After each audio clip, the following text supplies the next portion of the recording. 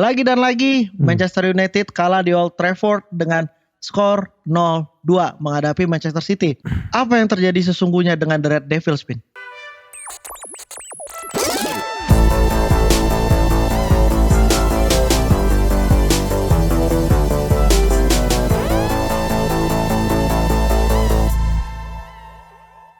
Halo teman-teman semua. Ya, kembali lagi bersama kami di sini, yaitu ada saya di sini Muhammad Bismara alias Bibis dan juga rekan saya yaitu Revin. Nah, ya teman-teman, kali ini kita kembali ada di segmen Game Week Review yang episode kelima. Nah, teman-teman, tapi sebelum kita masuk ke Game Week Review episode kelima, tidak lupa dan tidak berhenti-berhentinya kita selalu ngingatin kalian untuk jangan lupa untuk follow Instagram kita di ruangganti.fm dan juga kita ada di Google Podcast dan juga Spotify dengan nama apa, Pin? Ruang Ganti Football Media. Nah, jangan lupa juga di follow Twitter kita nih. Itu ada akun sosmed kita terbaru dengan nama @ruangganti.fm. Iya, Ben? Tuh. Sip. Jangan lupa untuk di follow dan ikutin kita di lini masa yang lainnya. Oke, baiklah. Di Game Week Review yang kelima kali ini mungkin aku bakal sedikit bacain ya hasil-hasil yang terjadi di beberapa liga-liga besar. Seperti di Liga Inggris ada Arsenal yang berhasil mengalahkan Watford 1-0. Kemudian Everton yang bermain imbang 0-0 dengan Tottenham Hotspur.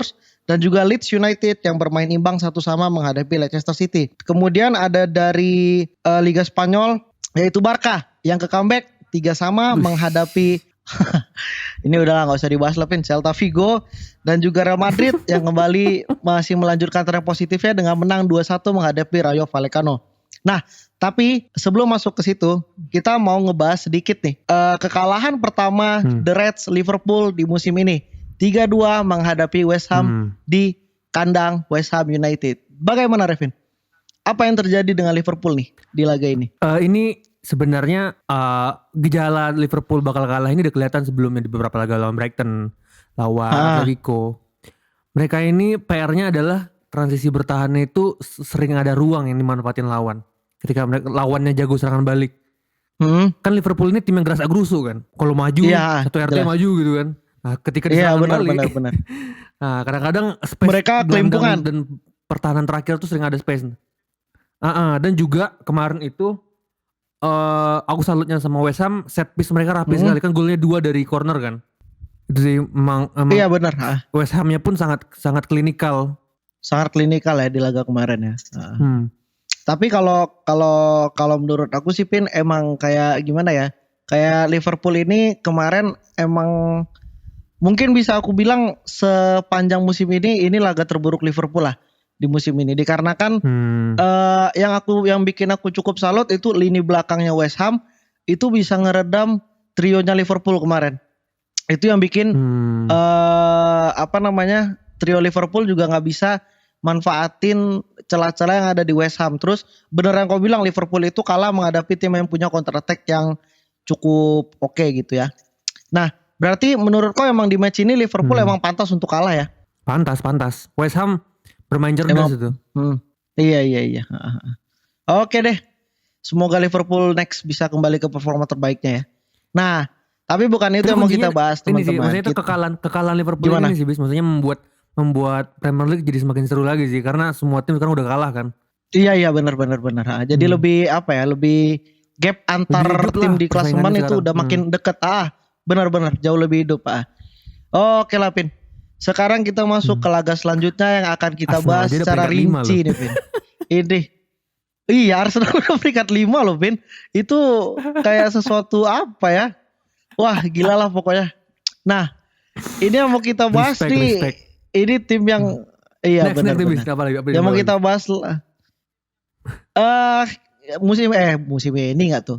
Minggu ini kita disuguhkan dengan 2 derby, yaitu ada derby Milan dan juga derby Manchester. Nah, mungkin kita masuk dulu ke derby Manchester nih, Pin. Lagi dan lagi Manchester United kalah di Old Trafford dengan skor 0-2 menghadapi Manchester City. Apa yang terjadi sesungguhnya dengan The Red Devils, Pin? Aku mencoba ini dulu ya, mencari penyebabnya. Karena kemungkinan memang ada faktor kelelahan juga kan, pemain baru balik dari tengah pekan kan Atlanta kemarin. Tapi setelah dipikir-pikir nggak bisa juga karena semua tim juga main tengah pekan kan. Dan Iya benar-benar. United ini dari awal aku nggak nemu nih gairah mereka bermain. Mereka memang low defense kan, mereka bermain reaktif, mereka nggak high press lah. Tapi nggak ada juga ketika mereka megang bola, pun mereka bingung mau kemana gitu loh. City mengendalikan seluruh pertandingan gue bilang. Gol pertama lagi-lagi Eric Bailly. Iya benar. Terus gol kedua komunikasi lagi-lagi nih gue bilang, komunikasi lini terakhir dari MU tuh paling bobrok gue bilang. Maguire, Lindelof, De Gea, nggak ada komunikasi. Setuju. Gol kedua kita lihat kan, itu De Gea kayak dia ngomong lepas aja, tapi dia nggak bisa handle. Tiba-tiba Bernardo Silva bisa nge-tap in bola. Iya benar. Kan itu kan hal komunikasi dasar, karena ini yang punya. Iya. Di depan juga nggak bisa, di depan juga nggak bisa ngapa-ngapain, jadi ya udah gitu loh. Dan City memang gak seganas Liverpool ya dalam mengeksekusi mengalirkan bola ke depan. Mereka cuma bisa cetak 2 gol. Babak kedua tidak ada kesempatan, tidak ada gol lah. Itu sih dari aku. Kalau gimana Bis? Kalau aku ngelihatnya lebih ke ini sih Pin. Kayak kalau misalkan kita coba bedah dari sisi MU-nya dulu ya. Aku ngelihat Ole ini kan lagi mencoba memaksakan diri untuk bermain dengan formasi 3-4 ya, 3 back lagi kan. 3-4-1-2. Nah, yang bikin mereka kelihatan jelek itu adalah ketika diserang 2 fullback yaitu Wan-Bissaka dan juga Luke Shaw itu nggak bisa nge-cover pertahanan. Itu yang bikin mereka bisa kebobolan 2 gol di menit pertama, dan bahkan benar yang kau bilang Pin, itu lebih ke arah komunikasinya gitu kan. Betul. Jadi kayak di lini belakang mereka tidak ada komunikasi yang cukup baik sehingga City bisa memanfaatkan itu gitu loh. Nah, City itu bermain dengan cukup baik dengan cara high defensive line. Jadi mereka bermain memaksa untuk terus ke depan sehingga pemain-pemain MU cuma bermain di area lapangan sendiri. Itu yang bikin MU nggak bisa untuk keluar menyerang. Nah, yang sangat disayangkan lagi adalah duet McTominay dan juga Fred itu ketika megang bola nggak bisa ngapa-ngapain. Itu yang bikin mereka balik lagi ini lebih ke arah ini sih Pin, skema permainan pelatihnya. Para pemain tuh nggak tahu apa yang dipengen sama pelatih, atau mungkin emang pelatihnya itu nggak punya keinginan untuk menang kali ya, nggak tahu lah. Pokoknya kekalahan ketiga MU di Old Trafford aku rasa udah cukup untuk seharusnya bikin manajemen MU mecat pelatih ini sih. Mecat Ole sekarang. Enggak, emang iya Ben. MU tuh bobrok banget sekarang. Emang aduh sayang lah pemain-pemain yang tipikal begitu dipegang sama pelatih sekelas Ole. Aku yang mengecewakan ini sih, bis pemain tuh kelihatan nggak ada gairah itu loh. Bahkan setelah mereka benar. harusnya mereka mengejar gol lah, karena ketinggalan 2-0 di kandang sendiri. Gak ada keinginan untuk merebut bola itu. Mereka sering salah umpan, sering miskomunikasi ketika build up. Akhirnya mereka tuh kayak cuman bawa bola di lapangan sendiri sampai tengah hilang, bawa bola di tengah sendiri sampai tengah hilang, gitu terus ulang-ulang. Karena itu pengen ketika megang bola nolong semalam kan. Benar. Yang selama ini Ronaldo bisa jadi penyelamat MU, semalam nggak bisa Pin. Itu yang kita bilang kan udah di seri pelatih kemarin, kita juga udah ngomong di podcast kan. Oleh ini pemain-pemainnya ketika megang bola mereka sangat bingung mau ngapain. Mereka nggak punya gelandang yang untuk ngedukung Bruno Fernandes, ini kan motor serangannya MU kan. Nah, gelandang untuk ngedukung Bruno dalam nge-build up serangan tuh nggak ada. Even itu Fred, even itu McTominay, itu bukan tipikal yang bisa ngebantu Bruno. Kalau yang aku lihat ya. Karena memang sih ya, tujuan kemarin dimainkan McTominay dan Fred bersamaan itu supaya meredam dinamisnya dari Gundogan sama ini kan, Bernardo, Gundogan dan De Bruyne kan. Tapi ya beda level lah. Tapi untuk mereka ya, jadi tujuan mereka dari awal tuh main bertahan ya udah itu. Iya. Tapi kalau aku lihat gini Pin ya, kalau aku kemarin sempat baca artikel kan kayak sekarang kan yang emang lagi disorotin banget kan mainnya Fred di MU gitu kan. Kau pernah nggak nonton Fred main di Brazil? Jarang sih, tapi pernah sekali 2 kali lah. Ah, Kenapa emang? apa yang kau bisa lihat di situ? Apa kau ngelihatnya sama aja atau Fred jauh lebih oke ketika di Brazil nih? Lebih mengalir sih mainnya ketika dia di Brazil kan. Bener kan? Hmm. Tapi itu juga aku sempat nonton Fred 2-3 game lah di Brazil. Itu aku ngelihatnya kayak di Brazil itu dia lebih bebas mainnya dibanding ketika dia di MU. Aku juga ngelihatnya Fred ini sebenarnya bukan gelandang yang jelek, tapi nggak cocok sama tandem-tandemnya yang ada di MU sebenarnya itu sih. Jadi kalau untuk apa namanya, kayak aku ngelihatnya Fred ini dibanding Van de Beek juga harusnya Ole tuh ngasih kesempatan sih ke Donny Van de Beek harusnya ya. Karena tipikal Fred itu gelandang yang Cuman kan main 10 menit nggak cocok sih main di. Iya 10 menit terakhir tapi Bin. Udah telat nih. Mohon maaf. Ya oke lah. Dan juga 2 gol City itu nunjukin 2 hal loh Bin. Itu apa namanya? Yang pertama menunjukkan 2 hal, antara City yang nggak bisa memanfaatkan peluang sekecil apapun, atau MU yang emang ya tololnya nggak ada obat lah. Itu sih kalau aku lihat. Emang tapi buat udahlah, ya itu benar sih, tapi poinnya buat aku tuh ya laga kemarin nggak terlalu menghibur sih. Karena MU nggak terlalu perlawanan gitu loh. City bermain satu arah aja. Bukan kayak derby yang sesungguhnya ya Pid ya. Bahkan lebih serangan. Iya, MU lempar sih tapi putus di tengah. Gak sampai depan. Gak sampai ngalir ke depan ya. Bener. Oke deh, mungkin dari Manchester kita hanya bisa ngebahas itu aja, dan mungkin kita setuju ya teman-teman. Kita berdua emang ngelihat MU pantas kalah di laga ini, dan cukup banyak evaluasi untuk MU ke depannya, terutama dari segi pelatih. Mungkin itu mesti diganti sih. Wajib banget untuk diganti. Nah, oke. Dari derby Manchester kita menyeberang ke Italia untuk membahas derby Milan. Antara AC Milan menghadapi Inter yang berakhir imbang 1-1. Bagaimana Bung Revin? Aduh, kok geleng-geleng kepala nih Pin? Kenapa tuh? Sama-sama ampas sih, sama kayak derby Manchester.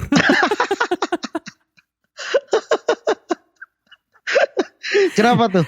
Berikan dong ulasannya. Tapi perbedaannya kalau derby Manchester kan satu arah. Kalau derby Milan sama-sama rasa gerusuk. Jual beli. Iya benar. Setuju sih, benar. Sama-sama kalau nyerang maju satu RT.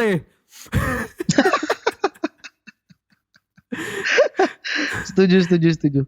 Gimana nih, Pin? Tapi ya secara kita dari perspektif penontonnya jauh lebih menghibur ya, karena ada bola yang ke depan lah, ada kesempatan yang diciptakan lah.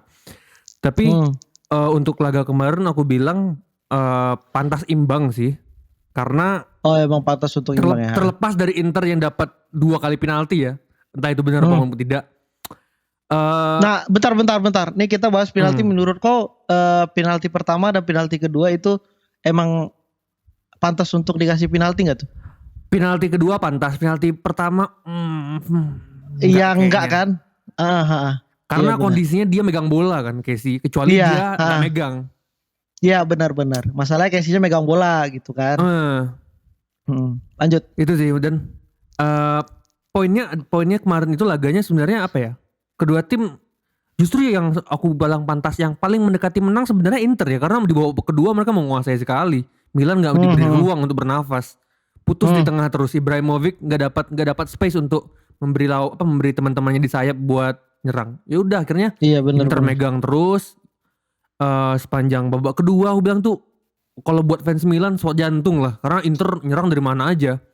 Iya benar dari segala sisi. Cuma memang mereka belum beruntung lah, beberapa kesempatan nggak gol. Milan baru bisa nyerang di 10 menit terakhir. Ketika di sini nunjukin Milan itu mainnya apa ya? Mereka sedikit mengadaptasi cara main Liverpool, aku bilang sih lebih tepatnya sekarang. High press sampai menit terakhir. 10 menit terakhir tapi ya. Kalau dari aku pribadi, aku nggak begitu setuju lah dengan pendapat kau yang bilang nih sama-sama ampas. Justru aku ngelihatnya derby Milan minggu ini lebih menghibur dibanding derby Manchester gitu. Karena terjadi jual beli serangan, terjadi duel di lini tengah yang cukup oke, kemudian juga sebenarnya Inter itu bermain cukup reaktif di 20 menit pertama gitu ya. Ya betul. Tapi babak pertama mereka lebih reaktif lah. babak pertama mereka lebih reaktif. Cuman yang sangat disayangkan di babak kedua itu Milan Milan itu baru dapat space di 10 menit terakhir. Nah, tapi yang sangat disayangkan justru kalau kau bilang yang lebih pantas menang Inter, justru aku ngelihatnya Milan itu kemarin jauh lebih bertahannya tuh jauh lebih kokopin. Bahkan beberapa kali kesempatan dari Arturo Vidal, kemudian kesempatan dari kemarin itu dari Lautaro Martinez itu bisa diblok bahkan di deflect oleh Tomori dan juga Kalulu tuh kalau kau nonton. Nah, terus di babak kedua nggak tuh? Di 10 menit terakhir itu Milan punya 2 kesempatan emas dari free kicknya Ibra dan juga shooting spekulasi dari Alexis Saelemaekers nih. Tapi free kick Ibra justru malah diblok sama Samir Handanovic, kemudian Saelemaekers juga tendangannya nyentuh ke gawang sebelah kanan dari Handanovic. Nah, tapi cukup menarik yang kuperhatiin di sini ketika ada pergantian pemain, Pin. Justru ini kedua tim emang melakukan pergantian pemain yang menurut aku jauh berbeda. Ketika Inter masukin Dumfries dan juga Di Marco ya yang masuk terakhir. Iya Di Marco. Iya Di Marco, Federico Di Marco. Justru Milan itu pengen keluar menyerang di situ. Jadi dia masukin Saelemaekers untuk gantiin Brahim dan juga masukin si Ante Rebic gantiin Rafael Leao. Sebenarnya cukup efektif, tapi finishingnya mungkin yang kurang. Itu sih yang aku lihat. Justru pergantian pemain yang dilakukan oleh kedua tim jauh lebih efektif Milan dibanding Inter, gitu. Kalau untuk pergantian pemain, aku setuju sih. Memang untuk impact pemain pengganti di lapangan Milan jauh lebih unggul lah. Benar-benar. Itu dia yang ku bilang. Tapi kalau untuk sebenarnya kemarin seru nih Pin untuk ngelihat duel gelandang antara Barella Brozovic menghadapi Kessie dan juga Tonali nih. Ini menurut kau duel dua gelandang ini mana yang cukup unggul nih Pin di laga kemarin?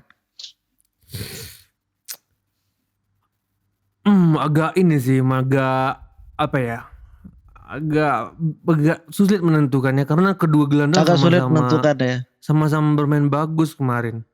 Iya benar-benar. Tapi ini sih maksudnya itu perbedaannya sekarang Milan itu kan sudah mulai mencoba beradaptasi dengan 3 back kan. Kadang-kadang kondisi build up, Kessie turun jadi back ketiga. Dan flank mereka Calabria dan Balotelli tadi malam sama-sama masuk ke tengah, masuk ke depan.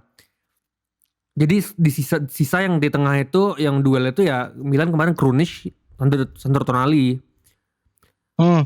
Benar. Tapi kalau untuk untuk secara permainan aku lebih bilang Barella unggul sih semalam sedikit ya. Karena Barella emang kelihatan lebih mobile dibanding gelandang yang lain.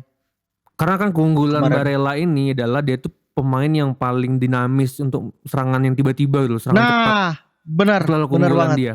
Justru kalau dia tuh kalau tim yang bermain possession, yang tim bermain lambat, dia tuh nggak kelihatan Barella ini.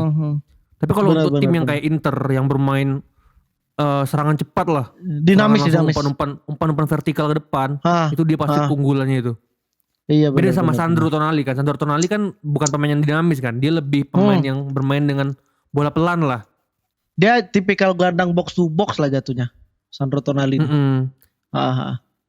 Penyeimbang lah Sandro Tonali di tengah. Iya, benar. Tapi kalau misalkan kita ngelihat statistik Sandro Tonali musim ini dan juga cara bermain yang dia adaptasi musim ini tuh dibanding musim lalu jauh banget ya Fit mainnya. Udah jauh lebih berkembang. Jauh lebih pede sih aku bilang ya. Iya jauh lebih pede. Yang kayak kita lihat dari dulu ada tapi ya belum lepas lah mungkin karena tekanan juga kan. Iya tekanan main di tim sebesar Milan gitu kan. Musim ini emang Sandro Tonali tuh jauh lebih oke. Bahkan di musim ini dia berhasil menggeser Ismail Benacer dari posisi starting 11 gitu kan. Dan juga kayak beberapa kali aku perhatiin Tonali ini kadang diduetin sama Benacer, kadang diduetin sama Kessie. Malah Kessie sama Benacer yang musim lalu jadi andalan itu bisa digeser satu posisi udah pasti milik Tonali gitu kan. Nah tapi kalau untuk ngelihat duel yang sebenarnya ini cukup menarik sih Pin yang aku lihat kayak apa namanya duel di wingback nih Pin. Itu menurut kau kemarin terlihat cukup menarik apa gimana? Soalnya kalau yang kulihat emang serangan di antara kedua tim tuh emang ngandalin sayap sih. Kalau yang kuperhatiin. Tapi Inter harus diakui Inter unggul sih bermain di flank kemarin karena Milan flanknya cukup apa ya, cukup kelimpungan lah kemarin karena Inter bermain ini kan kiri ke kanan tiba-tiba bolanya ke tengah kan. Milan tuh kemarin sedikit kehilangan bentuk dalam bertahan ketika Inter bermain cepat di flanknya. Calabria lagi nggak on form lah aku bilang. Terus juga Balotore. Bukan Theo Hernandez kan, dia nggak bisa membalas. Kalau itu yang main semalam Theo Hernandez, Darmian udah meninggal itu. Iya, benar banget. Sayang aja Theo lagi ini ya, lagi cedera. Nah, kartu merah. Oh iya kartu merah, sorry. Oh lagi cedera sih. Nah, tapi sedikit nih Pin. Kalau aku ngelihat aku udah ngelihat match Milan ya udah 4 sampai 5 match belakangan lah. Cukup menarik kalau aku lihat itu di babak kedua udah 2 match terakhir ini Kalulu selalu masuk di babak kedua. Sebenarnya kalau menurut kok masuknya Kalulu ini apa yang diinginkan oleh Pioli Pin? Dengan masuknya Pierre Kalulu. Dan aku minta pendapat kau tentang gimana performa dari Kalulu. Kalulu ini dimasukkan gitu untuk kemampuan take on one-nya kan lebih bagus dibandingkan wingback yang lain kan. Pada fullback yang lain karena dia bedanya dia dengan fullback yang lain dia bisa jadi center back. Musim lalu udah terbukti kan dia jadi center back dan main bagus lah. Iya benar. Nah, itu keunggulan. Tapi memang untuk distribusi bola ke depan, menyerang itu dia nggak terlalu lah. Itu tujuannya itu sih. Untuk bikin defense-nya lebih kuat ya. Lebih kokoh jadi bisa jadi back ketiga lah. Karena dengan harapan Casey nggak perlu jadi back lagi bisa maju ke depan itu loh. Nah untuk performa Kalulu sendiri di derby Milan kemarin? Oh bagus sih tujuannya tercapai kan tujuannya sebagai back ketiga kan dan tercapai semalam. Dia benar-benar menjadi back ketiga ketika Jair, Tomori udah sibuk. Dia yang datang untuk membantu. Nah terbukti ketika dia nge-intercept kemarin kan Arturo Vidal kan. Ngeblok kesempatan Vidal kemarin ya. Oh iya sih. Benar. Tapi emang kelihatan ketika Kalulu masuk Milan itu defense-nya emang jauh lebih kuat, tapi transisi serangan mereka agak lambat dibanding ketika mainnya sama Theo gitu kan. Tapi sebenarnya kalau yang kuperhatiin Pierre Kalulu dibanding Fode Balotore itu lebih better Kalulu lah sebenarnya. Jauh. Balotore itu pemain yang menurut aku belum pantas untuk ngisi starting 11 di tim sekelas Milan lah. Apalagi Milan yang sekarang gitu kan. Nah, Milan lagi di pucuk sekarang Pin. Menurut kau akankah Milan kembali ke setelan pabrik?